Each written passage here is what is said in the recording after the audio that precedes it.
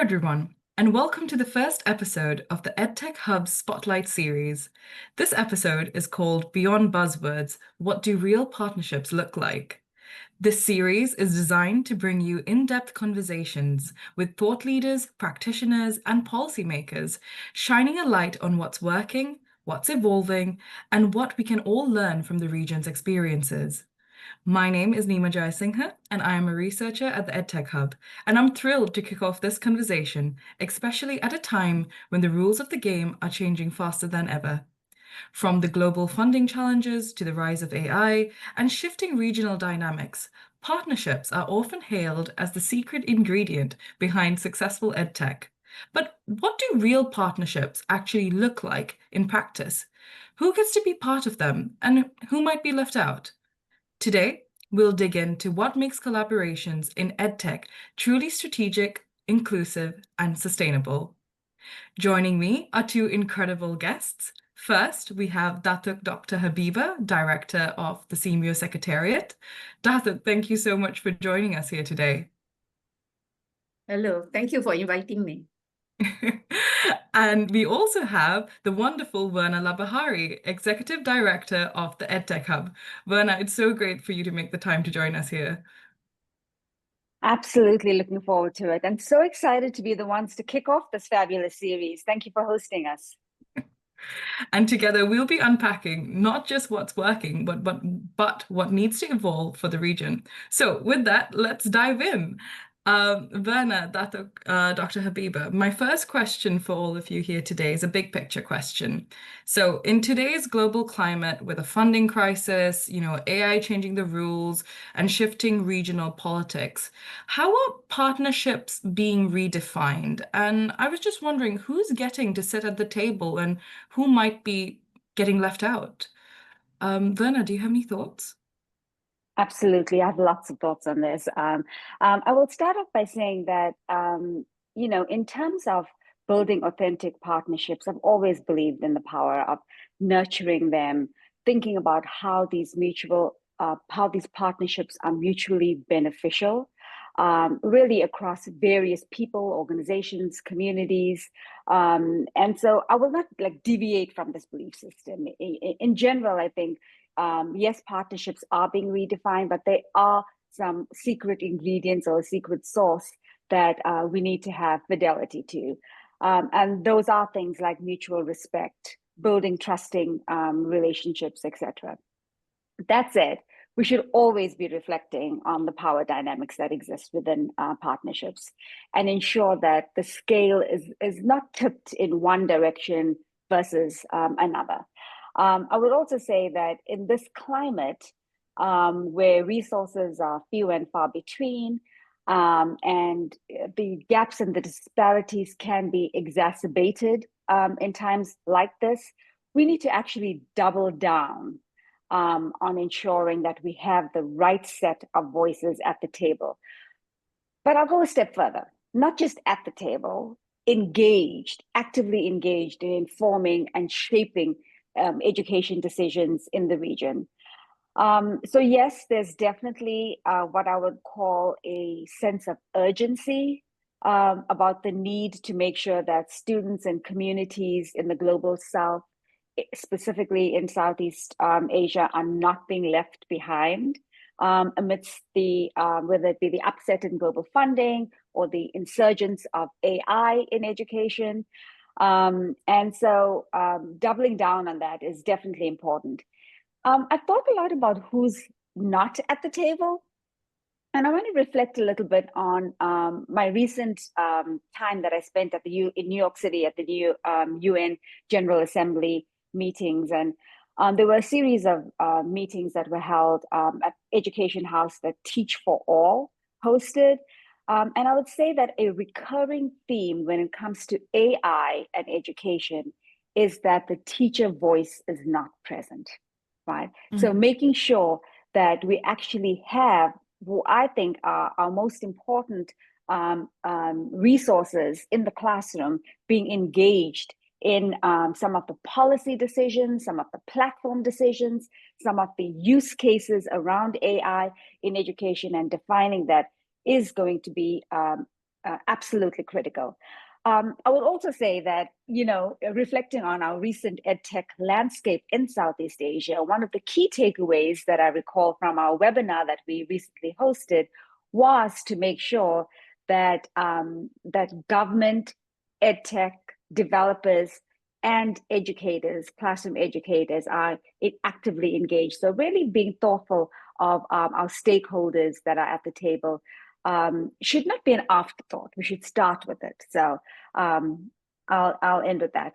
Over to you, Datuk. Great. I think while we keep saying that, there's rapid advancement of technology, AI, and, the need to have these partnerships to make things happen, reducing or narrowing of gaps. But I think all this is happening against the backdrop of economic constraints and shifting political priorities.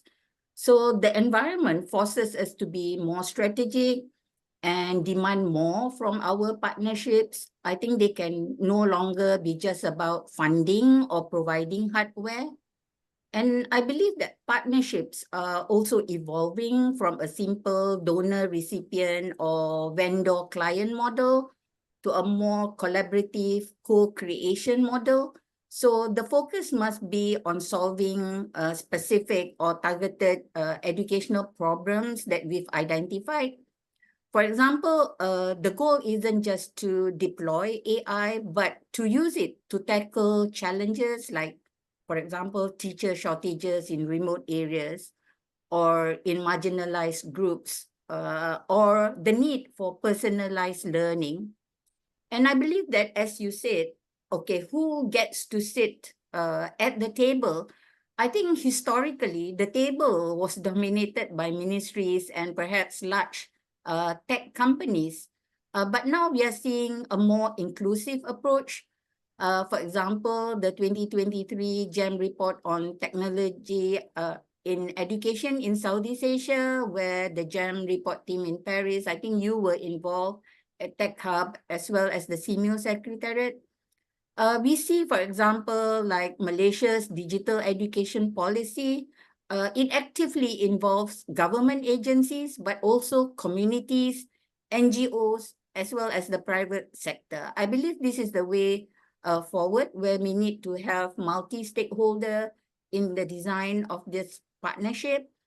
But I think, as you have mentioned, who gets left behind? I think the report also says that often teacher unions and even teachers in a particular school where we are introducing, technology, they are often not consulted. It's usually top down. It's kind of given to them, and you make do with this. But will it actually happen? Can we actually see teaching and learning, integrating these tools, these softwares? I think the voices of teachers, students, especially marginalized communities, are crucial. And the report shows that technology often benefits privileged people first. And so if we don't include diverse voices in the design phase, we risk widening the equity gap. Thank you so much, Datuk. That's a really important point. And that kind of brings me very nicely to my next question, which is, strong partnerships, as we've seen in multiple reports and studies, are described as the secret ingredient in EdTech.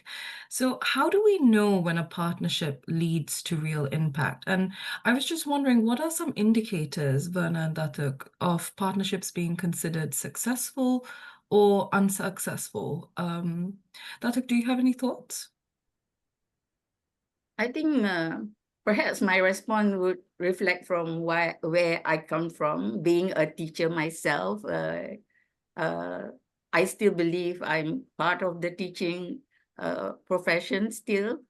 So for me, a successful partnership ensures that the technology serves the pedagogy, That's crucial in what happens within the classroom, the teaching and learning, and particularly when we focus outcomes from of students learning. And I believe that technology not just serves the pedagogy, but aligned with the national curriculum. In Southeast Asia, there are many countries that are centralized and use national curriculum. For example, in the 2023 GEM report, it highlights again, since I come from Malaysia, I think I'm very close to what's happening there, where the digital textbooks as well as videos are very much aligned with the curriculum. And this principle is central to the Malaysia Education Blueprint, ensuring that every initiative serves the core purpose of improving learning. So technology is only as effective as the teachers using it. Yet we see a gap where students may have access to learning platforms, but then incentivization to teachers and teachers themselves, if they don't use it, then there's a gap there in terms of the provision of devices or platforms and the usage. So for me, those would indicate the success in the usage of it within the pedagogy, much aligned to the curriculum. But I think that partnership may be seen as failing if it starts with a solution looking for a problem. It should be the other way around. And it fails when long-term costs of maintenance, software upgrades, and training are ignored. For example, many educators in Southeast Asia feel unprepared and lack confidence when using new technologies, which is a significant barrier to effective digital integration in the classroom. The lack of confidence is often linked to insufficient training and support.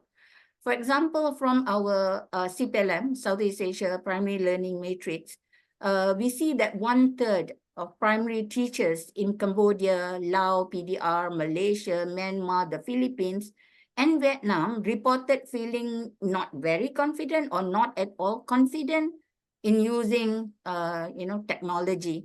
And this was in 2019.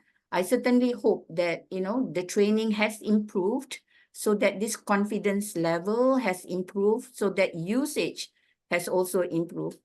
And this, if left, would translate into practical difficulties.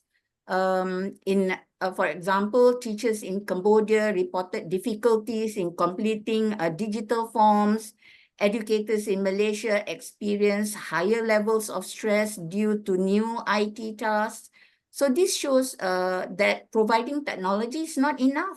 Educator readiness and well-being must be addressed for successful adoption. And I think there's also other indicators of failure. For example, if we never evaluate impact of technology on learning. For example, in the Philippines, 41% of ICT coordinators reported never conducting impact evaluations. So a partnership without evaluation is based on hope and not on evidence on what works. That's a really important point, Datuk. Verna, how do you feel about all of this? Thank you so much, Datuk. You've added so much contextual Southeast Asia data to the conversation. The few things that I would double down on and elevate, so to speak, and I would be remiss if I didn't, coming from an organization that focuses on evidence-based decision-making. And so very glad that you focused on impact and the use of evidence. Another data point that came out of the GEM report was that there still exists a lack of evidence when it comes to what works for whom and in what context around technology and education. So going back to our earlier question on who should be at the table, I will also say that we need to have the research community engaged, actively engaged in understanding not simple begin line and end line data, but really thinking about implementation science and implementation research and what that looks like, and what we think of as agile learning, right? So that we could actually impact the adoption of EdTech as it's happening and not wait for the failure, so to speak. So engaging the research sector, I think, is really important and is, a secret sauce, so to speak, when it comes to authentic partnerships. Dr. Habibah spoke a lot about adoption, right? I think we as a EdTech community downplay the importance of adoption, right? And what it takes to do true adoption.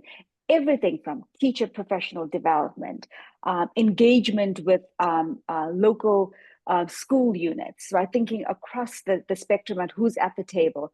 But then also there's a little bit of a PR aspect to adoption and making sure that the community writ large understands the why. Why are we doing this? What problems are we trying to solve? How is it really going to move the needle on student learning? What is the data that says that this is a viable solution for this community at this time? Recognizing that we work with communities that are very under-resourced, that may lack connectivity. So how do we look at online and offline solutions? How do we make sure that we're looking at what we say at the EdTech Hub, high tech, low tech, and sometimes no tech, right, when it comes to teaching and learning. Definitely all important to secret sauce to partnerships. But I want to pull back a little bit.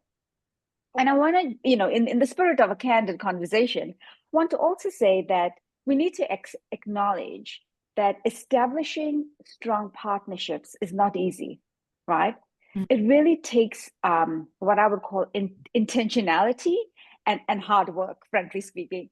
It also, requires a disposition, that all parties kind of enter with a sense of humility and appreciation for what we each bring to the table, so to speak, and understanding how we complement each other as different stakeholders in a partnership. So, recognizing that, in a climate where resources are so few and far between, we have to focus on cost-effective solutions. We have to focus on dovetailing efforts and not tripping over each other in the sector. But then also my biggest pet peeve is reinventing the wheel. We have to make sure that we're aware of what initiatives are going on in a region and how we move that further and faster and strengthen those as opposed to developing isolated solutions on the side. So, and of course, I mean, when it comes to partners, it always helps when we enjoy working with each other and are passionate about the work we share, passionate about making sure that teachers and students and leaders have what they need in order to educate our future generations. That's really important. Thank you so much, Verna. And, speaking about this idea of humility and learning to work with one another, this kind of brings me to this topic of inclusion. And I was just wondering, you mentioned earlier on as well that we are moving towards more inclusive and equitable partnerships. But I was wondering, particularly when thinking about the dynamics between larger and small organizations, how can partnerships be fostered more equitably or more inclusively? What could be done? I'll jump in if that's okay, Nima. I mean, I think we alluded to it earlier. I think we need to actually call out and recognize that power dynamics exist, right? And I'm always the one who wants to put the elephant in the room on the table, and let's pick it apart and let's figure out which part of it we're going to address at which point in time. So I think that these power dynamics can really lead to breakdowns and challenges if we allow them to be perpetuated, right? But they're hard to overcome. So definitely acknowledge that. I think that it's important to really honor local communities, lived experiences, And I think, when we look at our communities in Southeast Asia, having again, firsthand knowledge, right, on authentic experiences, and how do we build on those and support those. I think, say that partnerships need to be mutually beneficial, right? And by that, I think we should all have a clear understanding of the what's in it for me response. Like, what's in it for me? What's in it for me? What's in it for my community? What's in it for my EdTech company? And really leading with that level of transparency, and then co-creating solutions. Dr. Habibah referenced this earlier. Like, how do we make sure that co-design is really an important part of our modus operandi, so to speak? I think, those are some solid ingredients for fostering inclusivity, but I think intentionality is an important one. Thank you so much, Verna. Datuk, do you have any thoughts on this, especially in Southeast Asia, for fostering more equitable and inclusive partnerships? Yeah, I think if we talk about inclusion in Southeast Asia, we cannot but address the reality of the digital divide in the region, either across member countries or within. And this we see, the huge variance across, as well as if within, usually is the rural-urban divide, for example, between the richer and the poorer households.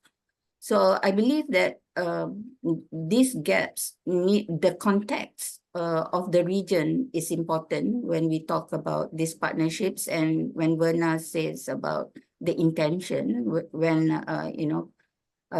in building up these partnerships, what is the intention, and perhaps the context is important when it comes. So for partnerships, for example, with large companies to be equitable, I believe they must be context-driven. It's not enough to just deploy a global product, for example. The important thing is adapting it.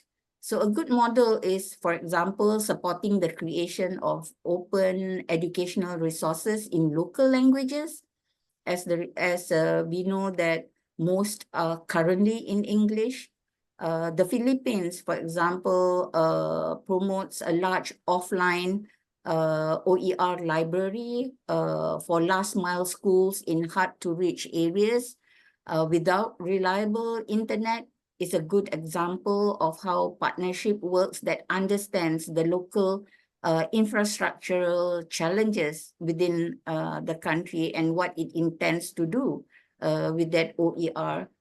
And true partnerships, for me, also means, for example, big organizations or companies empowering smaller or local ones. So this could mean funding, for example, local content creation, investing in local research, or building the capacity of local NGOs to deliver training.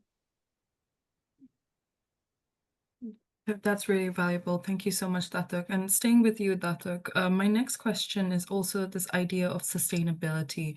And I was just wondering, moving from inclusion, what do you think it takes to move beyond short-term projects to partnerships that last and evolve in Southeast Asia? I think if we refer back, to the 2023 GEM report on technology in education in Southeast Asia, I think the recommendation clearly says that we need to move from, ad hoc or short-term view towards long-term vision. So I believe sustainability requires a long-term vision, which again, if we look at the Malaysia Education Blueprint, EdTech initiatives, I believe, cannot be short-term or project-based pilots. They must be integrated into the national education strategy, and Malaysia's goal to include technology across all 10,000 schools in Malaysia is an example of this long-term systemic approach. And I also see that the most sustainable model is one that builds the capacity of our own people. This is where regional organizations like SEAMEO would like to play a big role. For instance, the collaborative development of the Southeast Asia Teacher Competency Framework helps ensure consistency and quality in teacher training across the region, which we feel would create a sustainable foundation for any EdTech initiative. And I think the other partnership that we did with EdTech Hub on establishing the help desk. I think firstly among our SEAMEO centers and network, I believe because SEAMEO centers and network is an arm of SEAMEO, where all 11 member countries, particularly the ministers of education, and therefore their education system is part of SEAMEO. So reaching out to our SEAMEO centers and network and helping them either through technical assistance, capacity building, developing their 5-year development plan. I think there's a huge role of work that you've done with our centers and network is to help them, to capacitate them, and indirectly also supporting the region in developing technology and AI within the region. And we've heard through the shout out that we have webinars and involving them, how much they have benefited and the good things that we see happening, and also developing, growing as well.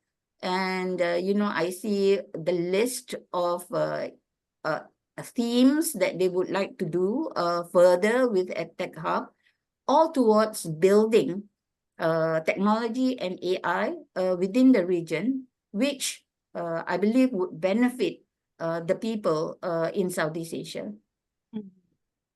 Thank you so much, Datuk. Verna, do you have any thoughts on this? I'll build on a little bit of what Datuk shared, because I'm so appreciative of our partnership with SEAMEO. And I have to say that, a theme that has come out is really this concept of joint learning and moving along a pathway together. I think that our help desk engagement, I'm so glad you raised the help desk, because I do see it as one of these, really flagship efforts that has grown and evolved along with the EdTech Hub, and also along with the various regions that we deploy our help desk in. And really, our help desk is what we think of as our on-demand, agile, just-in-time technical support arm of the EdTech Hub, where we really look at pulling in relevant research or evidence, understanding where the gaps are, thinking about what it looks like in practice, but really grounded in what our partners need, what are, again, those authentic problems of practice that the region is trying to solve. And we've had a fabulous partnership with the SEAMEO centers across the region with regards to engagement in the help desk, and also helping us tighten our model and think through how it needs to look different in certain regions. And in Southeast Asia, we're actually also experimenting with a slightly different model of the help desk, where we're going to be looking at not just engaging centers, but also engaging directly with ministries of education. So glad that you raised that, Datuk. I want to also just share that, in terms of sustainability, I think that it's, again, a hard nut to crack, right? But if we start out with really what I think of as a shared understanding of what our intended impact is with an initiative, with a partnership, with a adoption, whatever the it is, right? And understanding that there's often what I think of as a long and winding road to impact. It's not an expressway, okay? So it's definitely complex, but understanding that impact and sustainability are linked, right? And recognizing that a lot of the work that we do is not happening and should not happen in isolation, but exists within a complex and we've already discussed rapidly evolving ecosystem. So, by virtue of this, to come back to where I started, really thinking about how we lean into being agile, learning, and joint learning organizations and partners will really allow us to grow, evolve based on needs, but also help with sustainability in general, and move from what I think of as isolated pilots to long-term initiatives that could be sustained within communities. The other key piece to sustainability is cost, right? And understanding how we're going to address some of the cost implications of current and future solutions. Definitely, Verna. And sticking with you, Verna, for this question on looking into the future vision of partnerships and EdTech, I was just wondering if you had to describe a type of partnership you'd love to see in Southeast Asia's EdTech ecosystem over the next 5 years, what might that look like, or what might that be? So I would say that, from my travels in the region, from my connections with various partner organizations, SEAMEO specifically, our engagement in the GEM report a few years back, one of the very, very clear path is that Southeast Asia has a vibrant diversity across the region, in terms of infrastructure, in terms of access to EdTech products, and also capacity, right?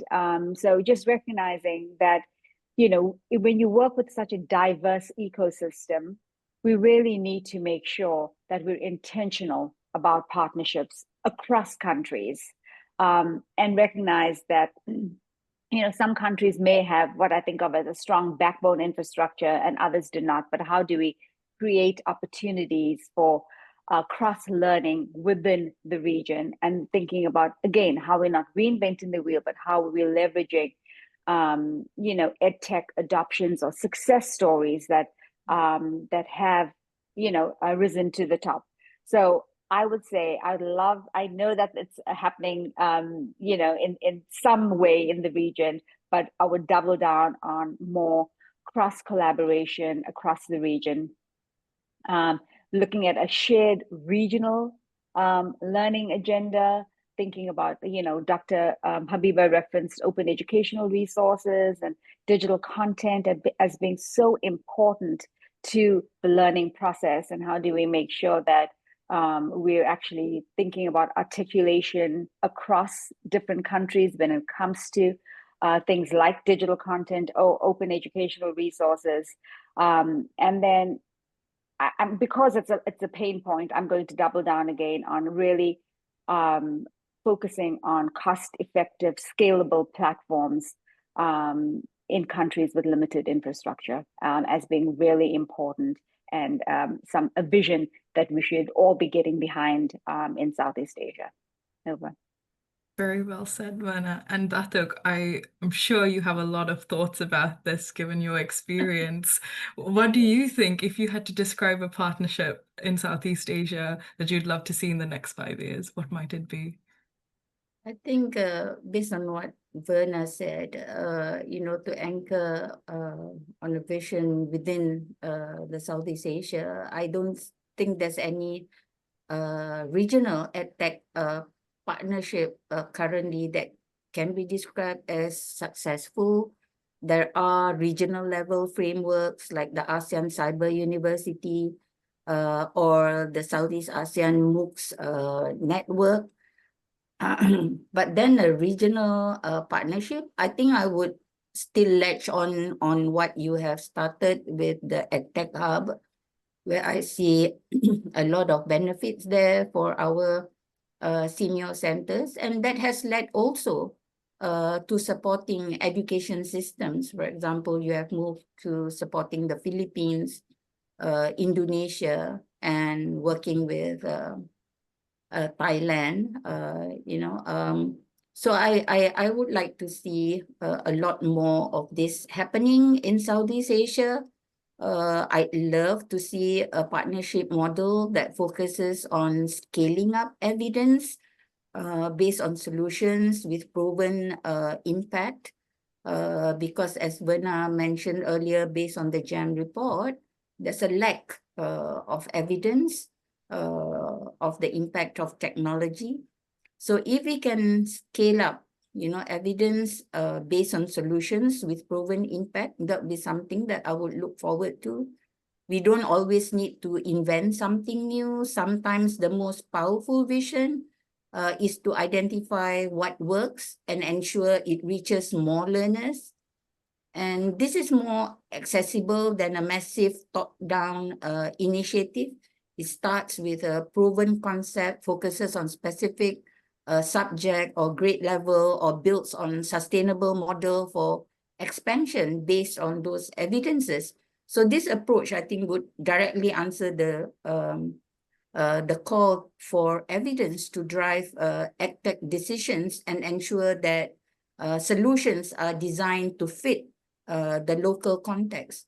I think the context is important because even in the shout out we had on the EdTech help desk and support to countries, we see that as more people learn about these things that are happening, and in a way they see too, even if it's not impact, is the outcome of those assistance or projects that you do with the centers and the education systems in the region, more would like to be involved. But I believe, it's not just transplanting, because it's based on certain priorities and needs of the centers or the education system that you are supporting. It's a matter of learning, I think. We've mentioned about this before, and see whether it does fit in the other systems within the region. But surely the evidence definitely would bring about the excitement, the curiosity and the excitement to also introduce in another setting.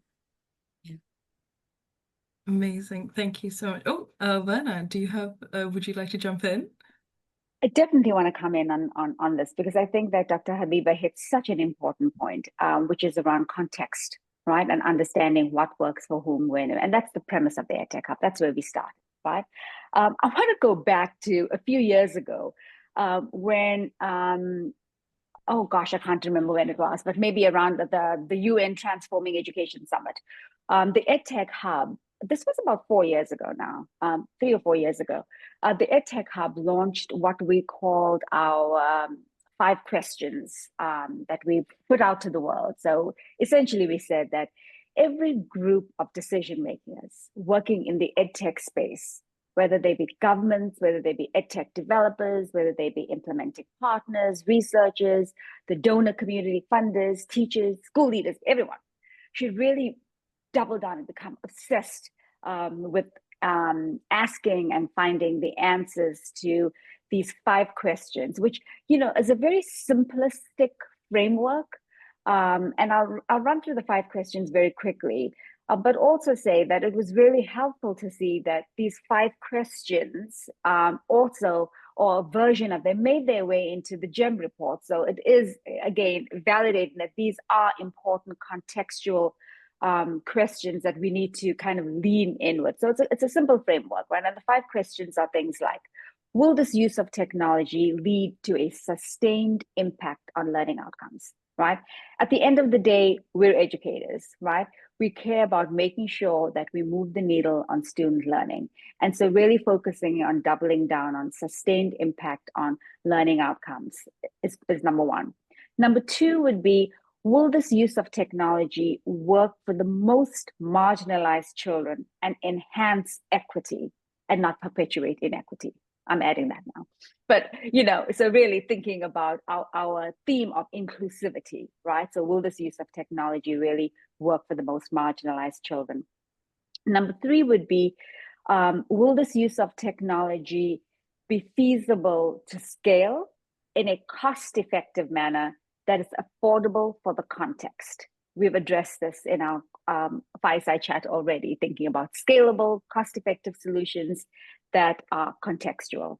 Number 4 would be, would this use of technology be effective in the specific implementation context? Again, leaning into what works for whom in what context. So really understanding in Southeast Asia, the diversity of the region, the vibrancy, and getting right size solutions that are fit for purpose, essentially. And then finally, and I think actually most importantly, is will this use of technology align with government priorities and lead to strengthening national education systems? And Datuk spoke very clearly to that alignment and thinking about curriculum and solutions that work well for the context and for ministerial priorities in the region. So I think that's a framework that resonates. It's something that is simple to latch onto, but it also grounds us in making sure that these are not simple yes/no responses, right? They really, it's a significant way to enter a conversation, but think and be laser focused on really context and solutions that are right size. And my biggest fear with technology is big shiny objects, right?